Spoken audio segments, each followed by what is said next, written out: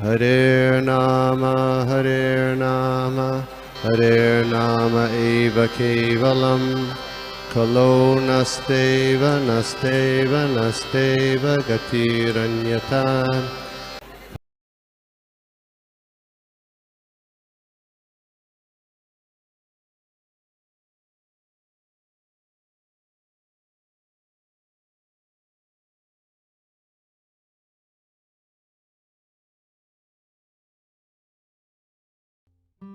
Hare Krishna.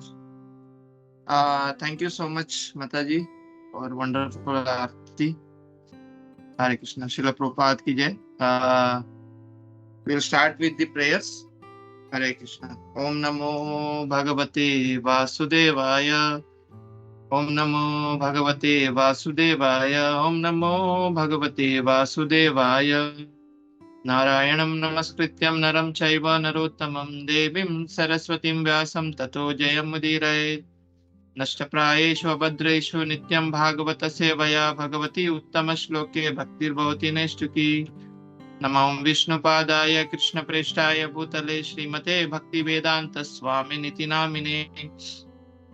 नमस्ते सारस्वते देवी गौरवाणी प्रचारिणे निर्विशेष शून्यवादी पाश्चात्य देशतारिणे। जय श्री कृष्ण चैतन्य प्रभु नित्यानंद श्री अद्वैत गदाधर श्रीवासादि गौर भक्त वृंद। हरे कृष्णा कृष्ण कृष्णा हरे हरे, हरे राम राम राम हरे हरे। हरे कृष्णा कृष्ण कृष्णा हरे हरे, हरे राम राम राम हरे हरे। हरे कृष्णा कृष्ण कृष्णा हरे हरे, हरे राम राम राम हरे हरे। हरे कृष्ण महामंत्र की जय। श्रील प्रभुपाद की जय। सभी एकत्रित भक्त वृंद की जय। हरे कृष्णा। हरे कृष्णा। सो आज हम पढ़ रहे हैं तीसरा स्कंद दूसरा अध्याय और श्लोक क्रमांक 6। और इस अध्याय का जो शीर्षक है भगवान कृष्ण का स्मरण। तो we will start with this shloka. हम श्लोक और उसका अनुवाद पढ़ेंगे। हरे कृष्णा। ओके, तो श्लोक इस प्रकार है। सनकैर्भगवता लोकान् नलोकां पुनरागतः विमृज्य नेत्रे विदुरं प्रत्याहोदव उस्यमान्। अनुवाद श्रील प्रभुपाद द्वारा। श्रील प्रभुपाद की जय। महाभागवत उद्धव तुरंत ही भगवान के धाम में मानव स्तर पर उतर आए। तो भगवान के धाम से मानव स्तर पर उतर आए और अपनी आंखें पोंछते हुए उन्होंने अपनी पुरानी स्मृतियों को जगाया तथा वे विदुर से प्रश्नचित होकर बोले, प्रसन्नचित होकर बोले। हरे कृष्णा। श्रील प्रभुपाद की जय। तो जो हम अध्याय देख रहे हैं जिसका शीर्षक है भगवान कृष्ण का स्मरण। तो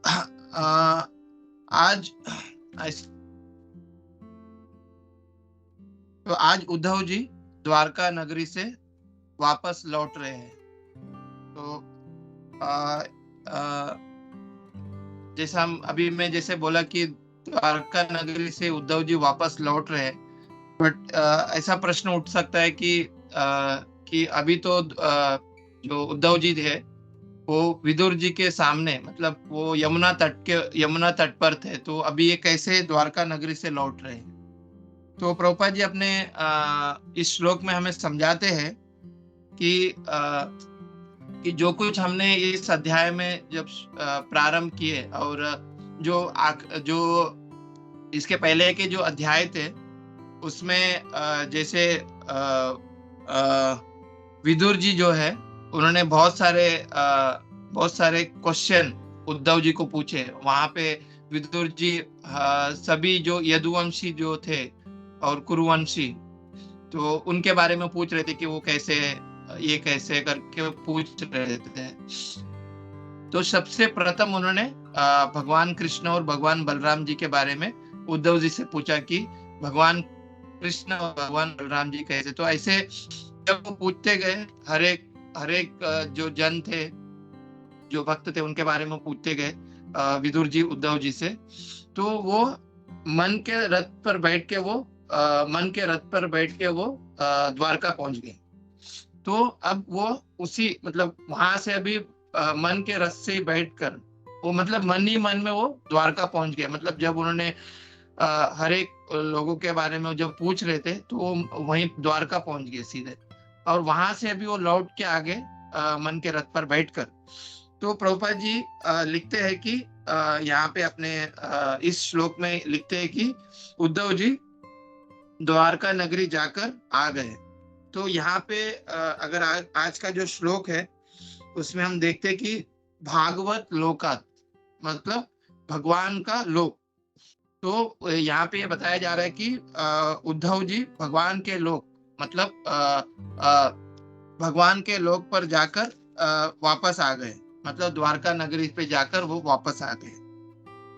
तो प्रभुपाद जी अपने तात्पर्य में ऐसा समझाते हैं कि जो उद्धव जैसा जो महान भागवत जो है इस जगत में होते हुए भी वो जब वो कभी भी भगवत धाम का स्मरण या भगवत धाम का जब वो चिंतन करता है तो तुरंत ही वो भगवत धाम में प्रविष्ट हो जाता है, मतलब तुरंत वो भगवत धाम में पहुंच जाता है।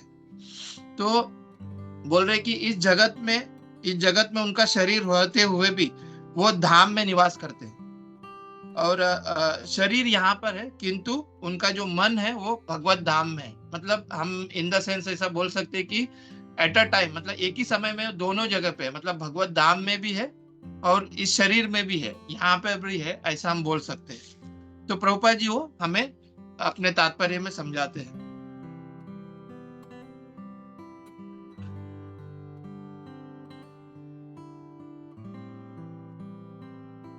फिर एक विषय पर श्रील प्रभुपाद जी अपने अपने तात्पर्य में हमको समझाते हैं कि व्यक्ति उद्धव जैसे जो व्यक्ति है, जो महान भागवत के स्तर पर हम कैसे उनका जो स्तर है उसको हम कैसे प्राप्त कर सकते हैं, उसके ऊपर प्रभुपाद जी हमें अपना जो ध्यान है वहां पे ले जाना चाह रहे हैं। तो यहाँ पे प्रभुपाद जी अपने तात्पर्य में बताते हैं स्मरण के ऊपर। जैसे कि उद्धव अभी भगवान का चिंतन कर रहे, जब विदुर जी जब उद्धव जी को पूछ रहे थे तो वो भगवान का चिंतन या भगवान का स्मरण कर रहे। जैसे कि हम भक्ति योग में जो विधियां है, नवविधा भक्ति जो बोलते हैं, श्रवणम कीर्तनम विष्णु स्मरणम पाद सेवनम अर्चनम वंदम दास्यम साक्यम आत्मनिवेदनम। तो ये जो स्मरण जो है, श्रवणम कीर्तनम विष्णु स्मरणम, तो यह बहुत मतलब ये जो विधि है स्मरण विधि है बहुत इंपॉर्टेंट है। ऐसा अगर हम बोल भी सकते हैं कि ये जो अलग अलग विधियां जो भी है, इसमें जब हम ये जब विधि को हम करते करते हम जब स्मरण करते हैं तो जैसे कि एग्जांपल अगर हम देखें श्रवणम, जैसे कि हमने भगवान की लीलाएं मतलब भगवान के गुण लीला इत्यादि का हम जब श्रवण करते हैं और तुरंत हम उसको मनन जब करेंगे, जब वो जो गुण लीला है भगवान का जब हम मनन करेंगे तो उसको क्या कहते हैं, स्मरण कहते हैं। तो वो प्रभुपाद जी अपने तात्पर्य में बताते हैं कि कितना इंपॉर्टेंट है स्मरण करना, जैसे उद्धव जी अभी कर रहे हैं। तो श्रीमद् भागवतम में एक विख्यात महान भागवत का वर्णन यहाँ पे बताते हैं श्रीमद् भागवतम में, और वह महाजन भी, उनको महाजन भी बोला गया है। तो श्रीमद् भागवतम में हमने इसको कवर किया है इन द फर्स्ट कैंटो। उनका नाम है भीष्म पितामह जी। तो इसका जो ये जो भीष्म पितामह जी का जो कैरेक्टर है उसको हमने कवर किया था फर्स्ट कैंटो में। तो जहाँ पे प्रथम स्कंद में यह प्रसंग आता है जिसमें युधिष्ठिर महाराज मन शांति प्राप्त करने हेतु और भगवान कृष्ण के आग्रह पर पांडव जन उस स्थान पर पहुंच जाते हैं जहाँ पे भीष्म पितामह जी ओसर सैया पे लेटे हुए थे, उस स्थान पर वो पहुंच जाते हैं। और फिर वहां पर भीष्म पितामह जी बहुत ही अच्छे से और बहुत ही विस्तार से युधिष्ठिर महाराज को संतुष्ट करते हैं। उनके बहुत सारे जो चीजों को भीष्म पितामह जी युधिष्ठिर महाराज को बोलते हैं। तो और एक समय ऐसा आता है जब भीष्म पितामह जी भगवान कृष्ण को अपने समक्ष देखते हैं, तो वहां पे सुखदेव गोस्वामी जी कहते हैं पहले स्कंद का 9वें अध्याय और श्लोक क्रमांक 30, श्लोक ऐसा है, तदोपश्यामृत्य गिर सहस्र गिर विमुक्त संगम महाआदि पुरुषे कृष्ण लसत पीत पते चतुर्भुजे पुरा स्थिते मिलित्र द्रगा वेदारयत।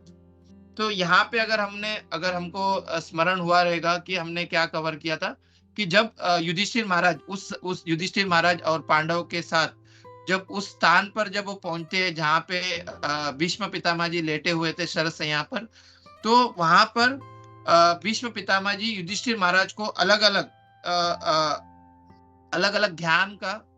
अलग ज्ञान उनको वितरण करते हैं। और जिसने युद्ध भूमि पे बहुत सारे योद्धाओं के साथ बहुत ही वीरता के साथ युद्ध किया, ऐसा प्रखंड योद्धा उस समय शांत हो गया और पूरी तरह से अपने मन के शंका और बंधन से वो मुक्त हो गया, और उसने अपने मन से पूरी तरह से इस जगत को विरक्ति कर लिया और अपने अंतकरण में ध्यान करते हुए उन्होंने खुले नेत्रों से उस पूर्ण पुरुषोत्तम भगवान श्री कृष्ण चतुर्भुज रूप में उनको दर्शन किए।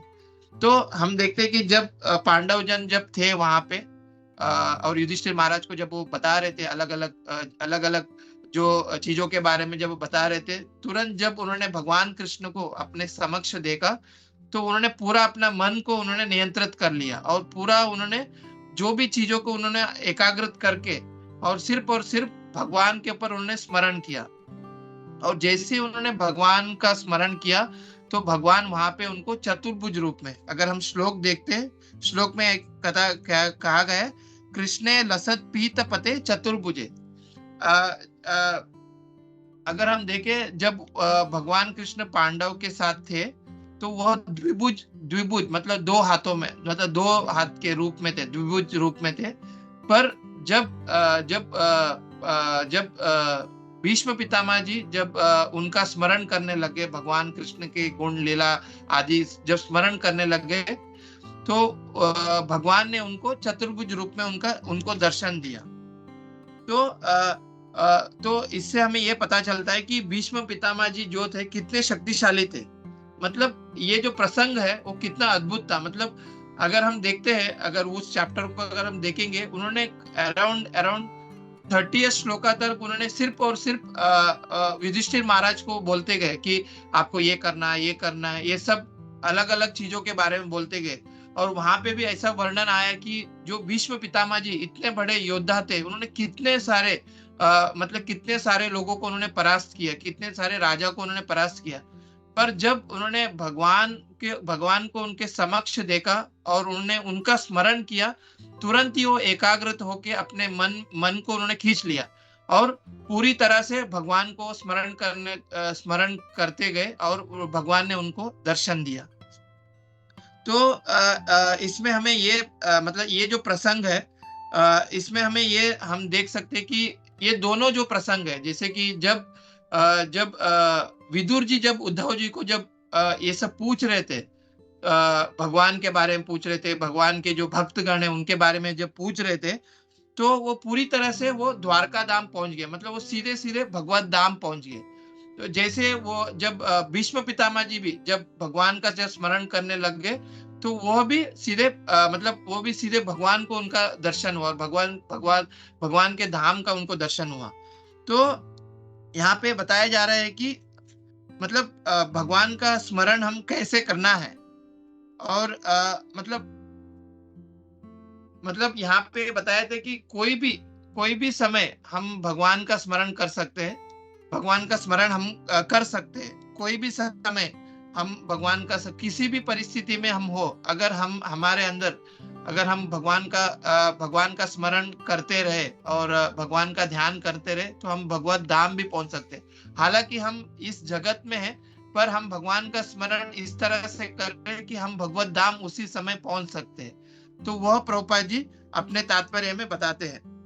मतलब यहाँ पे एक महान जो भागवत भक्त है, उनका यहाँ पे लक्षण यहाँ पे प्रभुपाद जी हमें को बताते हैं।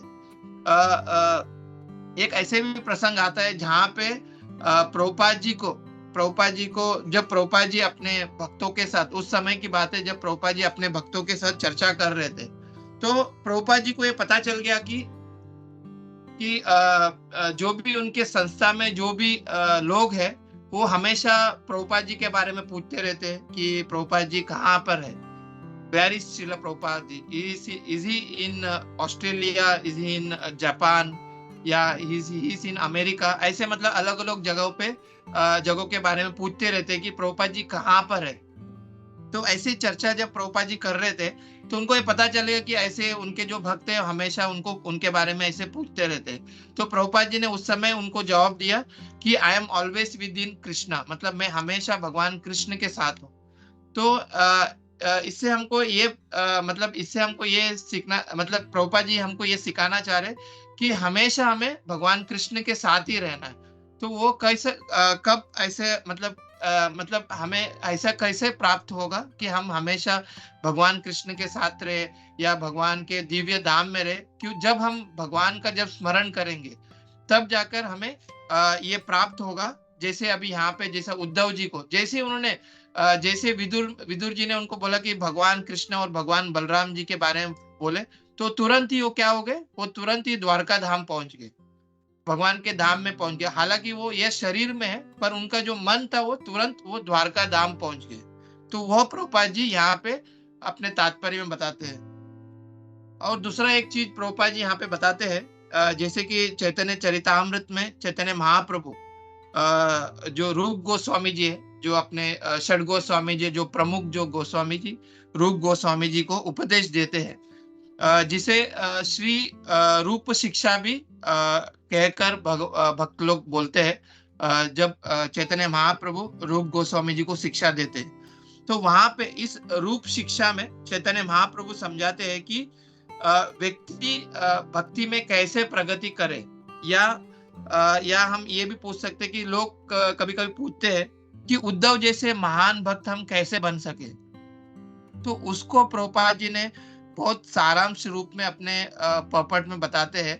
और चैतन्य चरितामृत में इसका वर्णन आता है, जिसमें चैतन्य चरितामृत के मध्य लीला में जो 19वां चैप्टर है, द श्लोका इज 151, उस श्लोक में ऐसा बताया जाता है कि ब्रह्मांड भ्रमिते कौन भाग्यवान जीव, गुरु कृष्ण प्रसादे पाए भक्ति लता बीज।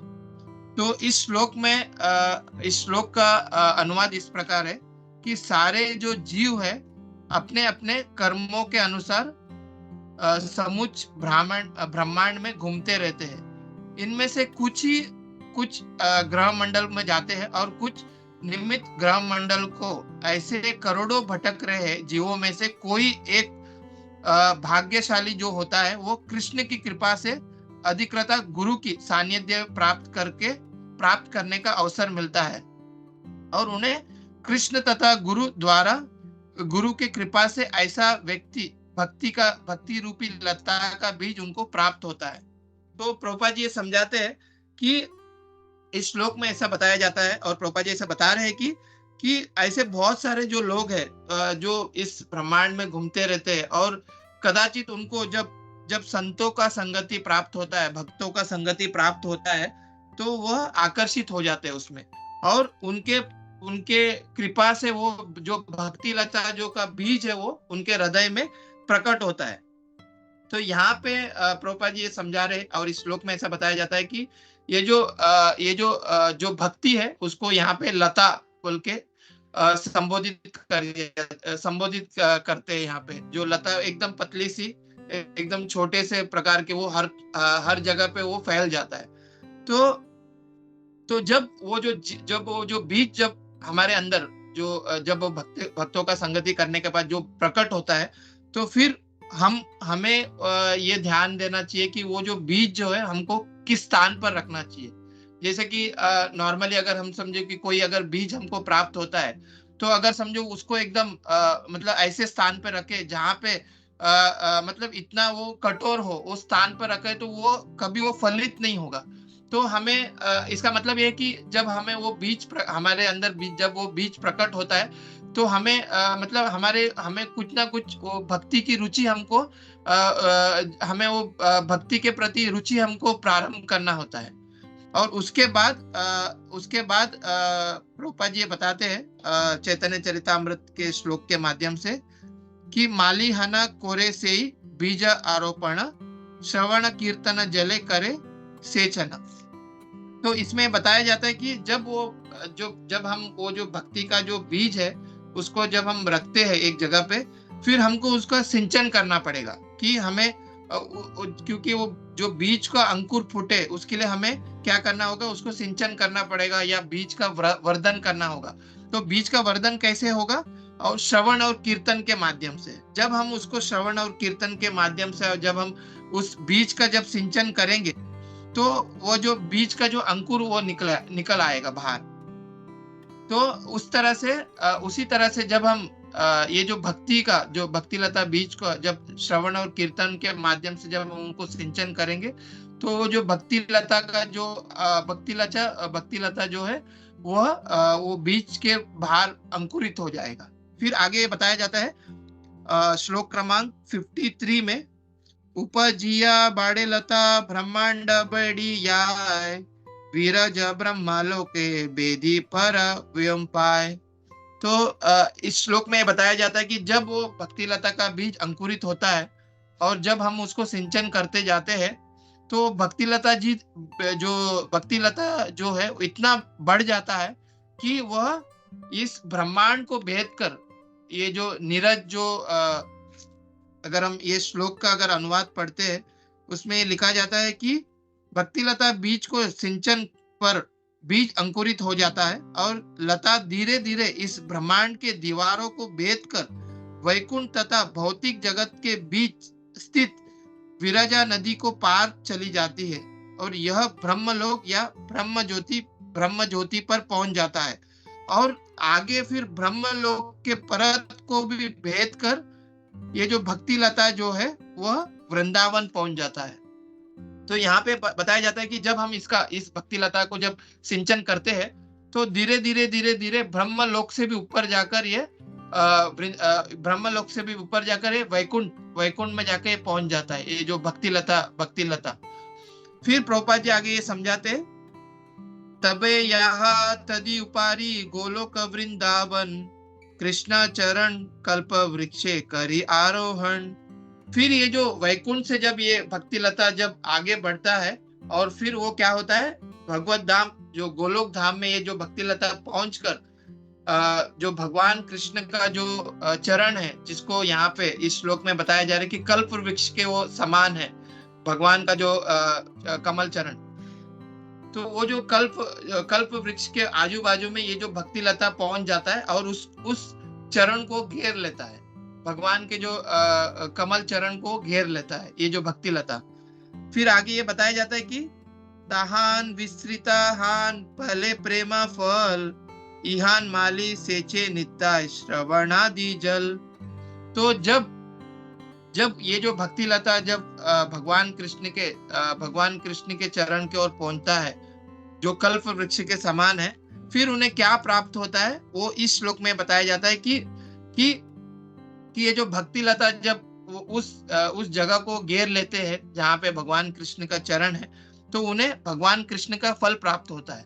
और वो किसको प्राप्त होता है कि जो माली जो इस भक्ति लता बीज को जो सिंचन कर करके उन्हें श्रवण और कीर्तन के माध्यम से इस ब्रह्मांड को भी आर पार कर करके जब वो वृंदावन गोलोक धाम पहुंचता है तो उस माली को ये भगवान कृष्ण का जो फल है वो भगवान कृष्ण का जो प्रेम का जो फल है वो प्राप्त होता है।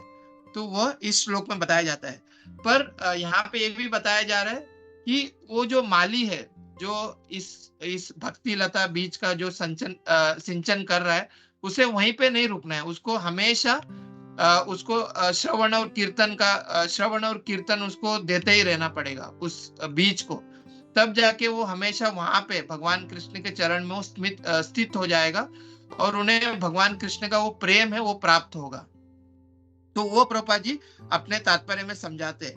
और ये वो प्रभुपाद जी ये भी समझा रहे कि वो मतलब इतना गाढ़ा होना चाहिए जब हम ये श्रवण कीर्तन के माध्यम से जब हम मतलब वो जो प्रेम है उसको इतना गाढ़ा करना चाहिए ताकि हम कभी भी मतलब हमारी जो भक्ति है वो मतलब भक्ति बढ़ते ही जाएगी। जैसे कि हम अगर एग्जाम्पल देके ये जो गन्ने का रस है, जो गन्ने को जो निचोड़ के जो रस बनता है, उस रस को जब हम और उसको हीट करते हैं या ताप देते हैं, तो वो गुड़ का वो जो रस है वो गुड़ में परिवर्तित हो जाता है। तो उसी तरह से यहाँ पे प्रभुपाद जी हमको समझाते हैं कि हमारा ये जो भक्तिलता बीज को हम मतलब ये जो भक्तिलता बीज को हम जितना श्रवण कीर्तन के माध्यम से वहां पे स्थित करके रखते हैं भगवान कृष्ण के चरणों पे, तो हमें भगवान कृष्ण का जो प्रेम है वो हमको और प्राप्त होता है। तो प्रभुपाद जी यहाँ पे समझाते हैं कि हालांकि हम इस जगत में हैं, पर हमें वो कृष्ण फल जो कृष्ण का प्रेम हमको वो प्राप्त हो जाता है जो है गोलोक धाम में है। तो वही प्रभुपाद जी यहाँ पे कनेक्ट करते हैं कि किस तरह से हमको, जैसे कि उद्धव जी है या भीष्म पितामह जी, हालांकि वो इस जगत धाम में इस धरातल पर है, पर जैसे ही वो जब भगवान का नाम सुनते हैं तो वो सीधे भगवत धाम पहुंचते हैं। तो हम भी वो कर सकते हैं, बट हमको क्या करना होगा, प्रभुपाद जी सब बताते हैं कि वो जो स्मरण है उसको हम करना होगा। जब हम स्मरण करते जाएंगे, क्योंकि कभी कभी क्या होता है कि जब हम भक्तों के संग में जाते हैं तो हमको वो जरा सा फ्रैक्शन ऑफ हमको हमारे अंदर वो हमारे जो हृदय में वो भगवान के प्रति वो आसक्ति जागृत होती है। तो प्रभुपाद जी ये समझाते हैं कि जैसी हमारे अंदर वो जो आसक्ति जागृत होता है, तुरंत हमें भगवान का मनन या स्मरण करना बहुत जरूरी है। बिकॉज क्योंकि ये जो भक्ति लता जो लता है, ये इतने कोमल है कि अगर हमने भगवान का मनन, भगवान का चिंतन या भगवान का सेवा नहीं की, तो फिर से वो जो भक्ति लता जो है वो मुरझा जाती है। तो फिर हमको उसके ऊपर काम करना होता है कि फिर हमें श्रवण कीर्तन फिर से करना होगा। तो प्रभुपाद जी ये समझाते हैं भक्तों के माध्यम से कि हमें मतलब जब भी हमको ऐसा लगे कि हमारे अंदर वो भक्ति का जो लता है वो स्फुरित हो रही है और हम आगे बढ़ रहे, तो तुरंत ही मतलब बिना देरी किए हमें कुछ ना कुछ भगवान की सेवा करनी चाहिए। मतलब भगवान का गुण, भगवान की लीलाएं के बारे में पढ़ना चाहिए, भगवान के बारे में भगवान की सेवा करनी चाहिए या भक्तों का संग करना चाहिए, ताकि वो जो भक्ति लता है और स्फुरित हो, ना कि वो मुरझा जाए। तो वो प्रभुपाद जी अपने तात्पर्य में यहाँ पे समझाते हैं। तो मैं और एक पार्ट यहाँ पे इसको कवर करना चाहूंगा कि हमने जैसे कि उद्धव जी के बारे में सुना, तो मोस्टली क्या होता है, अगर हमने देखा रहेगा उद्धव जी के बारे में, हमने इस चैप्टर में भी कवर किया था कि जब वो बचपन में ही, मतलब जब वो बचपन में जब 5-6 साल के थे, तो तब से उनके अंदर वो भगवान कृष्ण के प्रति वो जो प्रेम है उनके अंदर ऑलरेडी प्रकट हो गया था। मतलब वो छोटे से ही वो भगवान कृष्ण की सेवा करने लगे।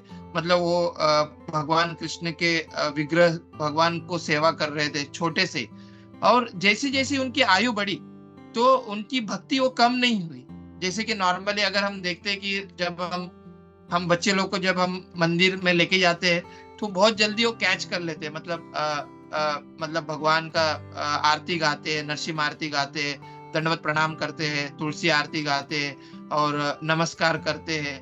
तो बहुत जल्दी वो जो बच्चे हैं वो कैच कर लेते हैं, उस चीजों को पकड़ लेते हैं। पर धीरे धीरे जब समय जाता है तो वो या तो जो बच्चे हैं उनके माता पिता उस भक्ति से उनको दूर कर देते हैं। उनको ऐसा लगता है कि अगर ये भक्ति में आगे जाएगा तो शायद ये मतलब पूरी तरह से भक्त बन जाएगा और मंदिर मतलब भगवान मतलब सिर्फ और सिर्फ भक्ति के बारे में ही सोचेगा। तो वो माता पिता क्या करते हैं, उनको बच्चों को उससे दूर कर देते, भक्तों से दूर कर देते।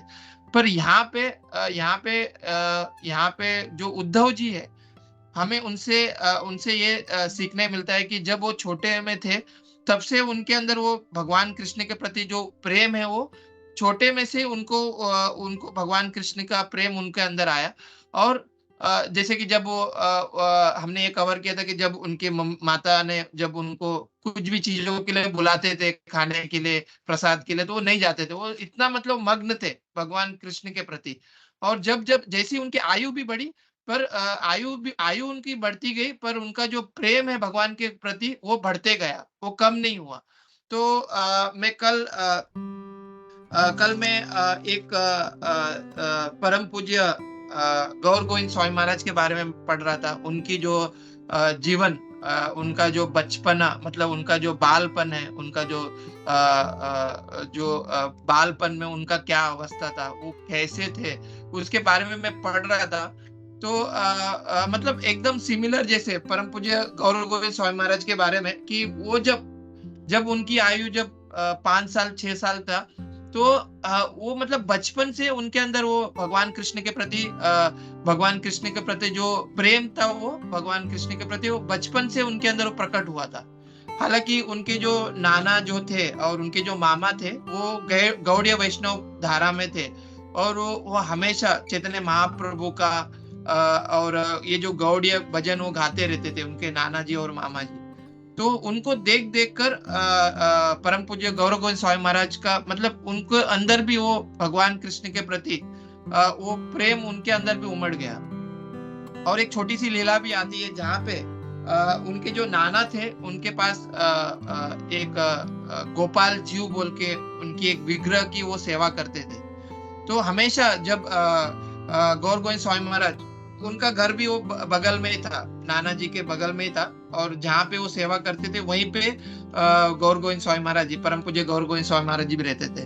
तो एक समय ऐसा है कि वो कुछ खेतों में जाकर कुछ चने को तोड़कर ये जहाँ पे ये जो गोपाल जी, वो जो विग्रह जो थे, वहां उसके आंगन में वो जाके उस चने को तोड़कर वहां पे रख दिए थे। और फिर जब वो चने को लेने के लिए फिर गए, चने को तोड़ने के लिए फिर गए, और फिर वो उस आंगन में आए तो चना जो रखे थे वो पहले वहां से वो गायब हो चुका था। तो दूसरी बार तीसरी बार भी वैसे गायब होता रहा। तो वो देखने लगे गौर गोविंद स्वामी महाराज की, ये चना ये चना को कौन लेके जा रहा है। तो जैसे वो छुप के देख रहे थे, तो स्वयं जो गोपाल जीव जो थे, जो विग्रह थे, वो स्वयं आकर उस चने को उठाकर वो खा रहे थे। तो मतलब बचपन से मतलब गौर गोविंद स्वामी महाराज, परम पूज्य गौर गोविंद स्वामी महाराज बचपन से उनके वो जो भगवान कृष्ण के प्रति जो प्रेम था, वो बहुत मतलब उनके अंदर था। और ये जो गोपाल जीव जो थे, ये जो विग्रह थे, वो उनका बहुत मतलब प्रिय विग्रह थे, परम पूज्य गौर गोविंद स्वामी महाराज। तो मैं वही पढ़ रहा था, जब मैं पढ़ रहा था इनकी जीवन लीला के बारे में, तो तभी ये स्मरण हुआ कि उद्धव जी भी जो थे, मतलब बचपन से वो मतलब भगवान के प्रति उनका इतना आकर्षित हुआ, और जैसे जैसे वो बड़े होते गए, तो उनकी जो भक्ति थी वो कम नहीं हुई, उनकी भक्ति वो बढ़ने लग गई। तो ये जो हम इस अध्याय में हम सीख सकते कि जैसे जैसे जैसे जैसे हमारी आयु बढ़ेगी, तो हमारी भक्ति भी हम बढ़ाना चाहिए। बिकॉज हमें पता नहीं कि कब हमारा समय आएगा इस धरातल से जाने का। तो हमें मतलब इतना प्रभुपाद जी अपने तात्पर्य में इसी के माध्यम से हमको समझाते हैं कि हमें इतने मतलब भक्ति में आगे बढ़ जाना चाहिए कि जैसी अगर कोई भगवान कृष्ण के बारे में, भगवान के बारे में जब हम सुनते हैं, तो हमें वो स्मरण हम जैसे कि हम उस स्तर पर नहीं है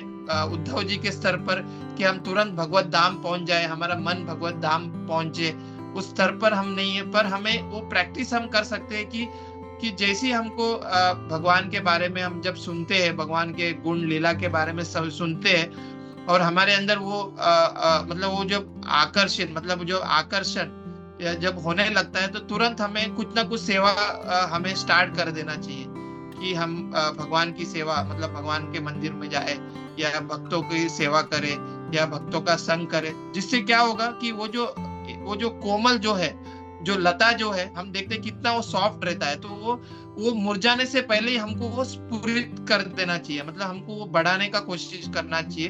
वो प्रभुपाद जी उद्धव जी के माध्यम से हमको सिखाते कि कितना वो इम्पोर्टेंट है। तो वो प्रभुपाद जी यहाँ पे अपने तात्पर्य में समझाते हैं। तो मैं यहीं पे अपने वाणी को विराम देना चाहूंगा। और जो कुछ मैंने भक्तों के मुखारविंद से सुना कि प्रभुपाद जी हमको क्या समझाना चाह रहे हैं इस चैप्टर में, और इस जो प्रसंग है उद्धव जी का जो प्रसंग है, कल से उद्धव जी अभी बोलने चालू करेंगे फ्रॉम टुमारो ऑनवर्ड्स। तो एक मतलब बहुत अच्छे से हम इसको सीख पाएंगे कि ना उद्धव जी की जो स्थिति है, उद्धव जी कैसे मतलब आगे बढ़े भक्ति में, तो वो हम इस चैप्टर में हम सीख सकते हैं। एंड जैसे कि हमने लास्ट टाइम भी देखा था कि ये जो है जो तीसरा स्कंद है, वो पहले जो चैप्टर से ऑलमोस्ट लाइक 4th चैप्टर तक हमको ये जो विदुर जी और उद्धव जी के बारे में, उद्धव जी के बीच में जो संवाद है वही हम देख सकते हैं, और बहुत अच्छे से हमें सीख सकते हैं कि जैसे हमने बीच में पहले हमने विदुर जी के बारे में सीखा कि विदुर जी के बारे में कि विदुर जी कैसे भगवान के प्रति उनका आकर्षण था, वही हम अभी उद्धव जी के बारे में भी सीख रहे कि कैसे उनके अंदर भी भगवान कृष्ण के प्रति आकर्षण है। तो वो हम प्रभुपाद जी हमको इस अध्याय में सिखा रहे हैं। तो यहीं पे मैं अपनी वाणी को विराम दूंगा, और अगर मुझसे कुछ भी त्रुटि हुई हो तो मुझे क्षमा कर दीजिए। And we will now welcome to our speakers, जो इस तात्पर्य में जो भी कुछ ऐड करना चाहते हैं, तो प्लीज वेलकम। हरे कृष्णा। श्रील प्रभुपाद की जय। सभी एकत्रित भक्त वृंद की जय। हरे कृष्णा।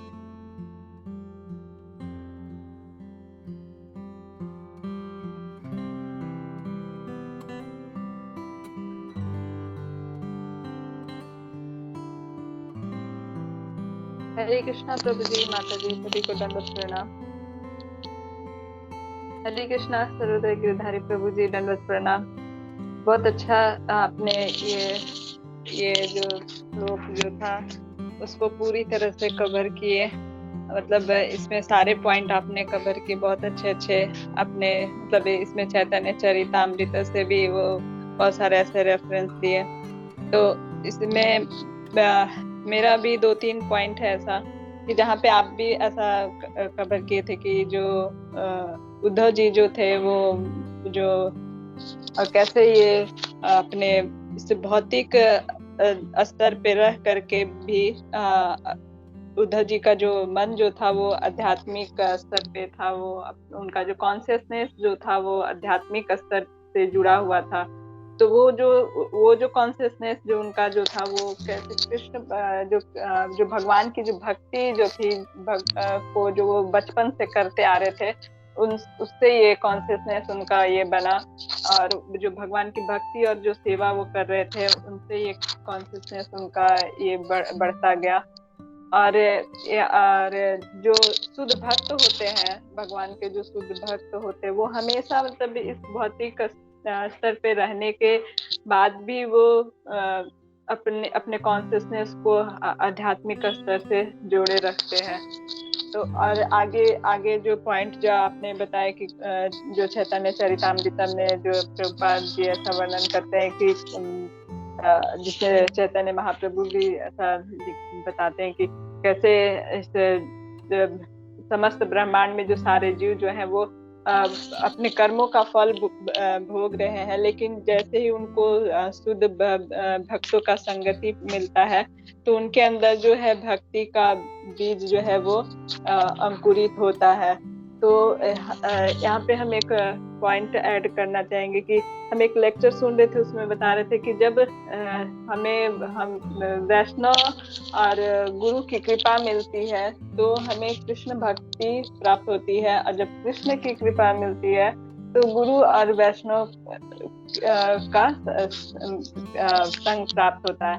तो वैसे ही जो क्या कहते हैं, जब हमें गुरु की कृपा और वैष्णव की कृपा मिलती है तो हमारे अंदर शुद्ध भक्ति का बीज अंकुरित होता है, और वो जिस तरह से जो बीज जो है वो भौतिक जो वातावरण होता है जो उसके फेवरेबल वातावरण में वो बढ़ते हैं, वैसे ही जो ये हमारा भक्ति का जो भक्ति लता बीज जो है वो उसी तरह से वैसे वातावरण में वो बढ़ती है, जैसे कि जब हम हमेशा भगवान के बारे में श्रवण और कीर्तन करते हैं, शुद्ध भक्तों का संग लेते हैं, तो ये बीज जो है वो धीरे धीरे पोषित होती है और ये लता जो है वो बढ़ते जाती है। और इस भौतिक स्तर पे होते हुए भी वो जो लता जो है वो मतलब धीरे धीरे ये भक्ति लता बीज जो है वो भौतिक ब्रह्मांड को पार करके वैकुंठ लोक को भी पार करके वो गोलोक वृंदावन तक पहुंच जाती है। तो हमें ये जो भक्ति लता बीज जो है उसको मतलब हमेशा मतलब ये जो लता जो होती है बहुत ही मतलब जिस तरह से जो लता जो होती है वो बहुत कमजोर होती है, तो उसे मतलब एक मजबूत सहारे की जरूरत होती है। तो वैसे ही ये जो भक्ति लता बीज जो है उसे हमें हमेशा गुरु वैष्णव और भक्तों की संगति में रह करके भगवान का श्रवण और कीर्तन करेंगे तो ये लता जो है वो मजबूत रहेगी और हम भगवान की भक्ति अच्छे से कर पाएंगे। तो मेरे को ये पॉइंट ऐड करना था। Thank you. Hare Krishna. Yeah, thank you so much माता जी for wonderful adding this point। आपने वो सही कहा माता जी कि ना ये जो लता जो है जैसे कि हम देखते हैं ना ये जो स्ट्रीट में जो छोटे छोटे पौधे रहते हैं तो उसको बाउंड्री करते हैं, मतलब ताकि बाहर से कोई जानवर इसको खा ना ले, मतलब इतने सॉफ्ट रहते हैं। तो वो लोग ने जैसे नॉर्मली एकदम छोटे पौधों को ना वो बाहर से बाउंड्री कर देते ताकि कोई खा ना ले। तो बहुत इंपॉर्टेंट है, जैसे कि हमारे जो वरिष्ठ भक्त लोग यही बोलते हैं कि ये लता को बचाने के लिए हमें भक्तों का संग बहुत मतलब बहुत इंपॉर्टेंट है। उसको बचाने के लिए, उस लता को बचाने के लिए तो हमें भक्तों का संग करना बहुत इंपॉर्टेंट है। और ये भी बोलते हैं कि ना जैसे कि लता को हम मतलब उसको मतलब जितना होता है उतना ही, मतलब हम ज्यादा भी पानी डाल देंगे तो वो खराब होने का चांस होता है। तो हमको वो देखना होगा कि कितना उसका अनुकूल है, उतना ही हमको उसको पानी भी उतना ही देना है।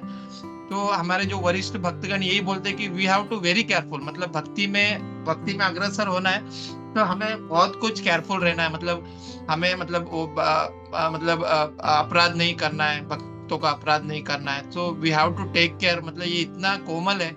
So we have to take care, मतलब हम एक नॉर्मली एक पौधे को कितना टेक केयर करते हैं वो जब तक बड़ा नहीं होता है, तो उसी तरह से भक्ति लता को कितना हम लोग को टेक केयर करना होगा। तो थैंक यू सो मच माता जी for adding this wonderful point माता जी। Hare Krishna. Thank you so much माता जी। हरे कृष्णा प्रभु जी। हरे कृष्णा माता जी, सभी को दंडवत प्रणाम। प्रभु जी मुझे आपके क्लास से ये जो पॉइंट बहुत अच्छा लगा जो अलका माता जी भी शेयर की कि जैसे भक्ति लता बीज के बारे में, और ये भक्ति लता बीज हमें वैष्णव के कृपा से मिलता है, भक्त के कृपा से मिलता है और भगवान के कृपा से मिलता है। तो इसमें जो हम लोग एक पास टाइम पढ़े हैं जगाई मधाई के बारे में कि किस तरह से नित्यानंद प्रभु जगाई याद नहीं आ रहा कि जगाई ने नित्यानंद प्रभु को मारा था सर पे कि तो इसमें जगाई और मधाई का उद्धार जो है यहाँ पे नित्यानंद प्रभु करते हैं। तो जबकि जगाई और मधाई जो है काफी जो बहुत ही उदंड किस्म के व्यक्ति थे और जो वो हर तरह का पाप कर चुके थे, वो फिर भी ये भगवान के वैष्णव के संपर्क में आने के बाद और ये भगवान जो है भगवान के संपर्क में आने के बाद उसका पूरा उद्धार हुआ और ये चीज बहुत अच्छा लगा। और फिर यहाँ पे इस वर्ष में जो बताया गया था कि कैसे उद्धव जी है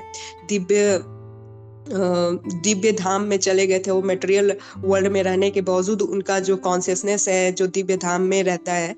और तो यहाँ पे जो बताया गया है कि जो शुद्ध भक्त होते हैं जो हमेशा इस भौतिक जगत में रहने के बाद, उनका शरीर भौतिक जगत में रहने के बाद भी उनका जो कॉन्शियसनेस है वो पूरी तरह से दिव्य धाम में रहता है। जैसे प्रभुपाद भी बहुत बार जो है यहाँ पे लेक्चर में सुने थे कि प्रभुपाद भी बहुत बार अपने जब लेक्चर देते थे तो उस लेक्चर में बहुत भाव विभोर हो जाते थे और बहुत एक्सटेसी उनके अंदर आ जाता था। और लेकिन फिर वो अपने आप को फिर से अपने इस भौतिक शरीर कॉन्शियसनेस में लाते हैं और फिर वो भक्तों को अपना क्योंकि उनका मकसद ही था कि हमें जितने भी पतित है जीवात्मा उसको उद्धार करना है। और यहाँ पे बताया गया है कि हम जैसे हम जो महान भक्त होते हैं उनका नकल नहीं कर सकते। जैसे कि जैसे महाप्रभु जैसे कृष्णा के नाम सुनते थे उनके अंदर वो सारा एक्सटेसी जग जाता था। और तो ये हम साहिज्या भक्त नहीं बन सकते हैं जिसमें भगवान के लीलाओं को नकल करे और अपने आप को भक्त मतलब ये दिखाने का कोशिश करे कि हम भी एक दिव्य पुरुष हैं। तो यहाँ पे यही चीज बताया गया। बल्कि जो इंस्ट्रक्शन हमें मिला है वरिष्ठ वैष्णव से और जो भगवान जो है वो जो इंस्ट्रक्शन हमें दिए हैं, जैसे महाप्रभु ने शिक्षाष्टकम के द्वारा हमें जो इंस्ट्रक्शन दिए हैं उनको हम फॉलो करके तो हम करेंगे तो फिर हम हो सकता है कि वो धीरे धीरे अल्टीमेटली उस स्टेज में पता नहीं उस स्टेज में आ पाएंगे कि नहीं, लेकिन अब फिर भी अगर हम ये जो करेंगे तो हमें बहुत भक्ति का फल मिलेगा। तो ये चीज है प्रभु जी। Hare Krishna. Thank you for class. Thank you माता जी, सुपर वंडरफुल एग्जांपल्स एंड बहुत अच्छे पॉइंट्स आपने ऐड किए माता जी। थैंक यू सो मच माता जी। हरे कृष्णा।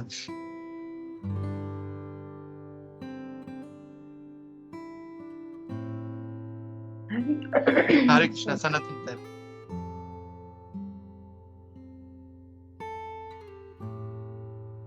हरे कृष्णा प्रभु जी, दंडवत प्रणाम। प्रभु जी मेरे पहले है ना दूसरे या प्रभु। हरे कृष्ण प्रभु जी, माता जी दंडवत प्रणाम। थैंक यू सो मच प्रभु जी, बहुत अच्छा क्लास था। आपने पूरे पॉइंट्स बहुत अच्छी तरह से एक्सप्लेन किए।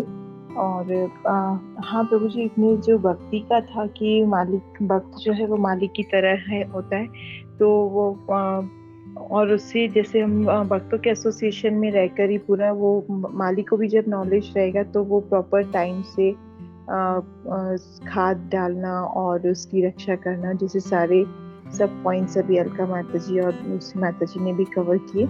तो दैट इज़ वेरी इम्पोर्टेंट कि भक्त जो है वो डिवोटीज के एसोसिएशन में रहे और गुरु की शरण में रहकर जो हार्ट में भक्ति का बीज ग्रो हो रहा है उससे पूरी तरह से टाइम से उसको श्रवणम और कीर्तन के माध्यम से वो ग्रो हुए।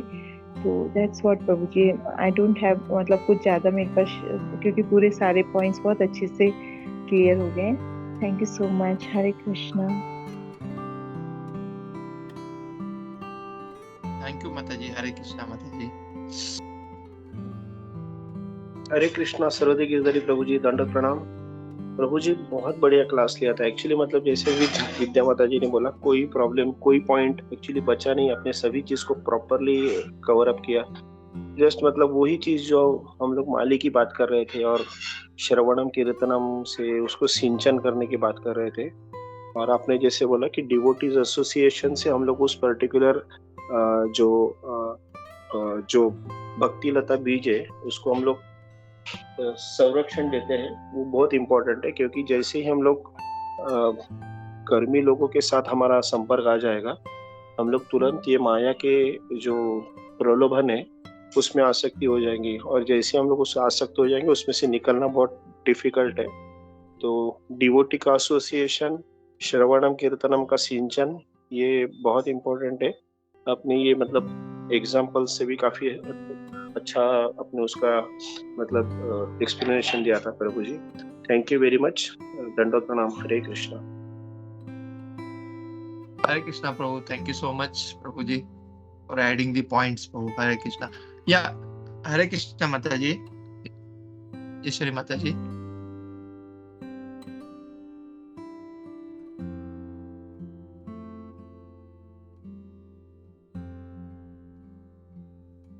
हरे कृष्णा माता जी प्रभु। आप म्यूट पे। कृष्णा प्रभु।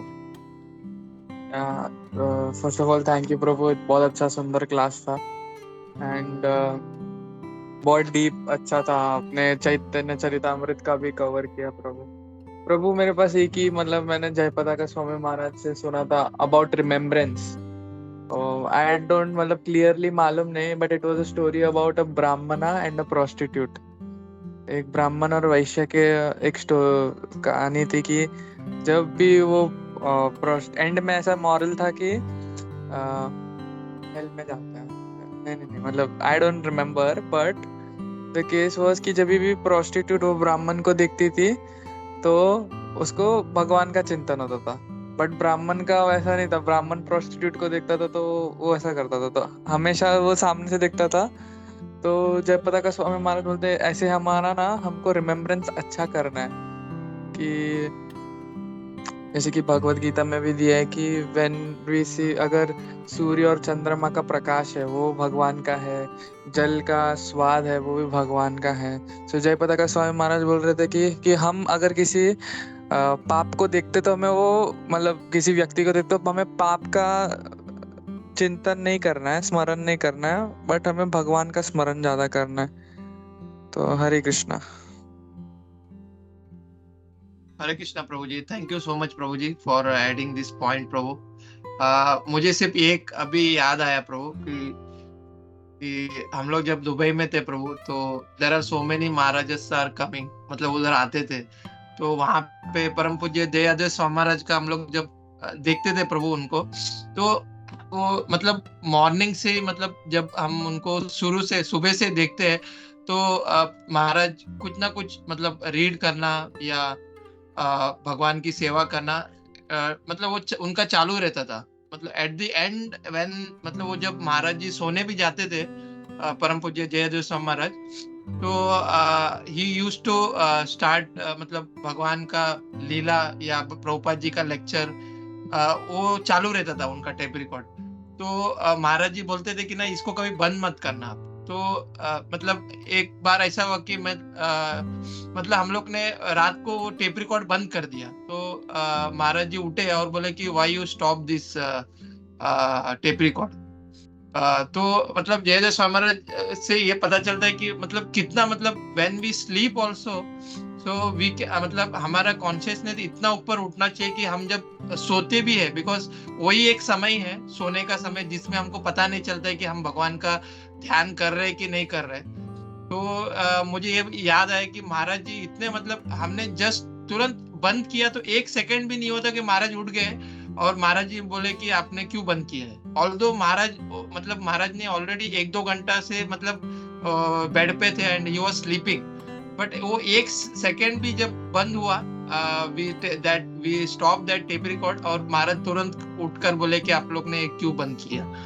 तो मतलब इससे मतलब हमारे जो इस्कॉन में जितने भी महाराजस है मतलब उससे हमको ये सीखने मिलता है कि हाउ वी कैन मतलब हमारी कॉन्शियसनेस कितना हमको बढ़ाना है, मतलब किस लेवल तक हमको बढ़ाना है, वो हमको प्रभु जी सामने से मतलब दिखाते हैं कि ना how we have to increase और मतलब हमारी जो चेतना को किस लेवल तक हमको बढ़ा के रखना है, दैट वी टॉट मतलब वो लोग हमको सिखाते हैं। तो वो एक मेरे को अभी जैसे आपने गुरु महाराज के बारे में बता रहे थे तो आई वॉज रिमेम्बरिंग जय स्वामी महाराज का एक इंसिडेंस याद आया प्रभु।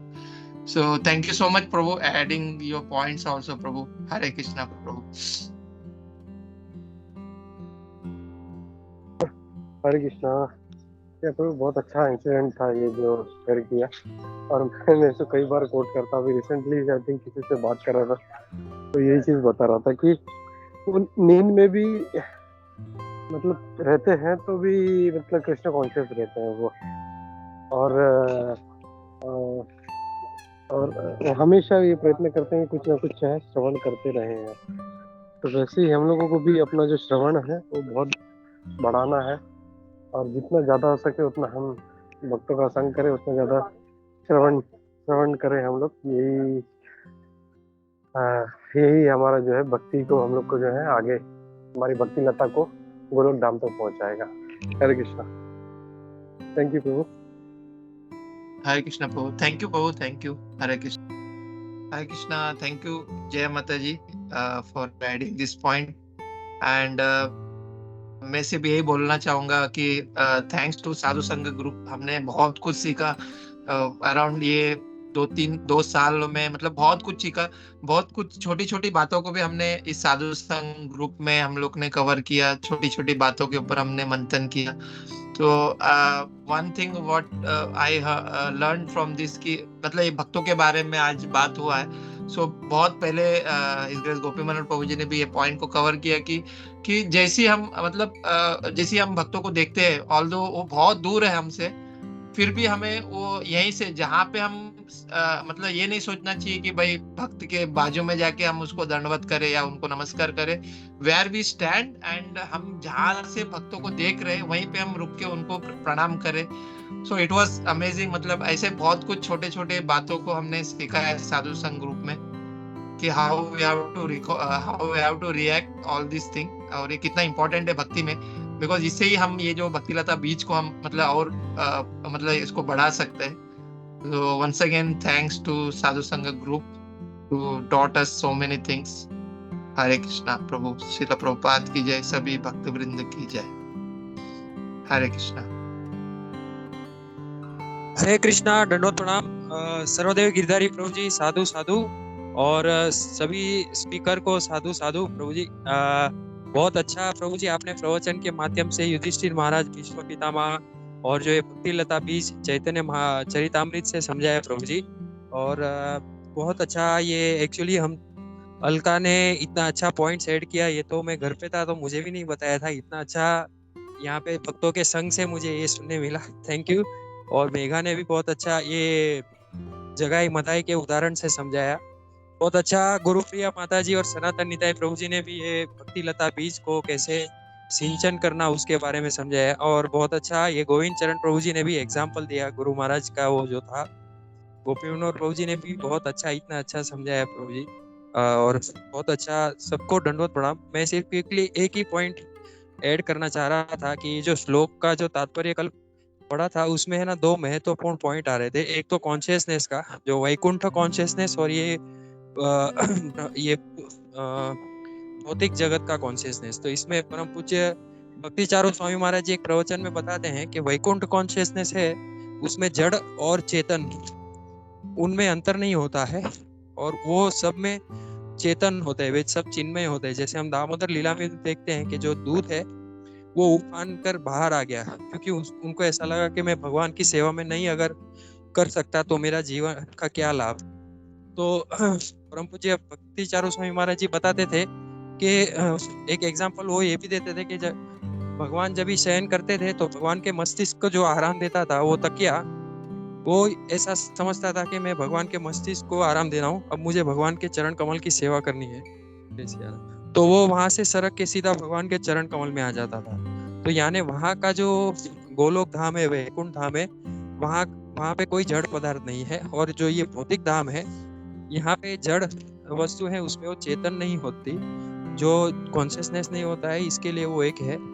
और एक है ये जो भक्ति लता बीज है, इसके बारे में ये सुनना था कि ये जो भक्ति लता बीज है, जैसे सर्वदेव गिरधारी प्रभु जी ने भी बहुत अच्छा बताया कि वो आवरण से ढका हुआ होता है। जैसे हम देखते हैं ये पृथ्वी है, उसमें जैसे आत्मा को भी आवरण है। बहुत अच्छा गोविंद चरण प्रभु जी ने भी वो भगवत गीता के रेफरेंस से बताया था, पृथ्वी जल अग्नि वायु आकाश और फिर मन बुद्धि अहंकार सूक्ष्म।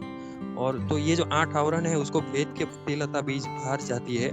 तो ऐसा ही एक जो वामन, जो बलि महाराज का जो और वामन जी का वो प्रसंग है, उसमें भगवान ने जो दूसरा चरण किया तो सीधा जो वो ये भौतिक ब्रह्मांड को छेद के जो ऊपर गया, तो उनके चरण कमल में जो अंगुष्ठ है उससे वो जो जैसे विरजा नदी के बारे में बताया है, तो वो जो ये भौतिक धराधाम है, ब्रह्मांड है, उसको छेद के वहां से जो विरजा नदी से जो जल भगवान के चरण कमल को स्पर्श करके जो ब्रह्मा जी ने फिर उसको कमंडल में धारण किया, तो हम देख सकते हैं कि उसमें भी वो कॉन्शियसनेस है जो आज गंगा जी के स्वरूप में यहाँ पे है, जो इतने पवित्र हैं कि जो उसमें कोई जाता है उनको भी पवित्र कर देते हैं।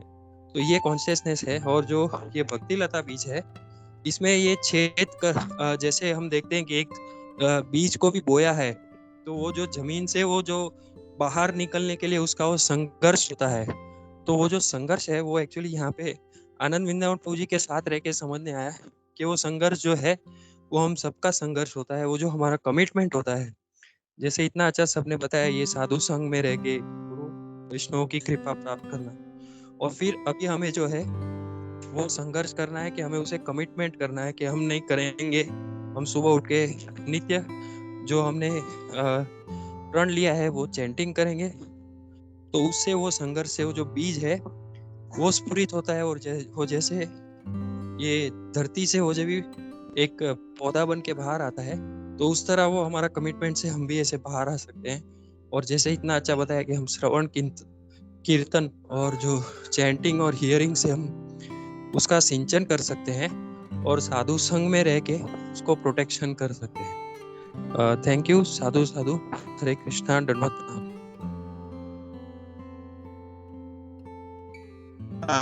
Thank you so much Jeevan प्रभु जी एडिंग दिस पॉइंट्स। बहुत अच्छे से आपने बहुत सारे पॉइंट बताए प्रभु।